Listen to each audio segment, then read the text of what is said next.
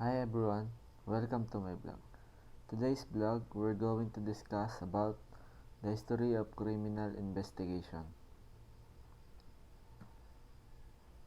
First, in 1847 to 1915, Dr. Hans Gross was the earliest advocator of criminal investigation as science, interested in investigation while serving an examining magistrate.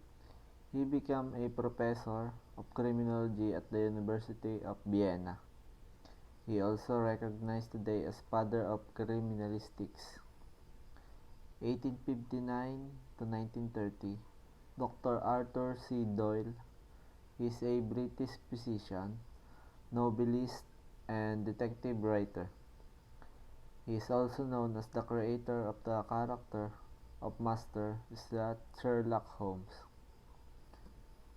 Dr. Alec John Jeffries. He used DNA printing, fingerprinting, and profiling to identify Colin Pitchfork as the murderer of two young girls in the English Midlands. Flaviano Guerrero. He is the only Filipino member of the United States Federal Bureau of Investigation. Criminal investigation in the Philippines.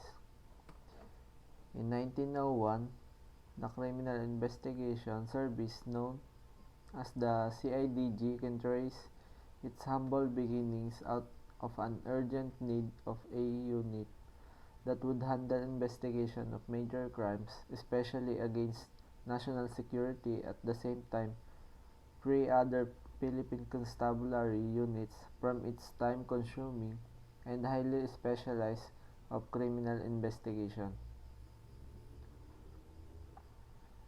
1901 to 1919. During the American occupation, the Criminal Investigation Service was primarily organized out of great necessity of the Philippine Constabulary in the investigation of crimes. 1913. The genesis of criminal investigation in the Manila Police Department, presently known as the Western Police District, took place in 1913. In 1936, the Division of Investigation was created by virtue of Commonwealth Act in 181 during the reign of the late President Manuel L. Quezon. The DI, with initial of 45 members, was organized by Thomas Dugan and Flaviano C. Guerrero, and this was patterned after the Federal Bureau of Investigation, or FBI, of United States of America. 1942 to 1945.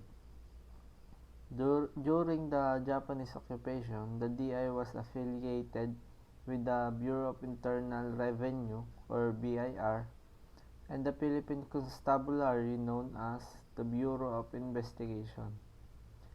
1946, the CIS was staffed to perform highly specialized tasks, investigation, and intelligence work as a criminal investigation branch of G2.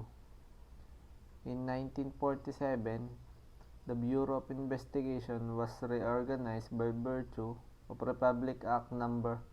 157, and the Department of Justice became its parent agency. Miranda v. Arizona, 1966. It is originated from the American jurisprudence Mr. Ernesto Miranda, a Latino who was accused of kidnapping and rape in the state of Arizona.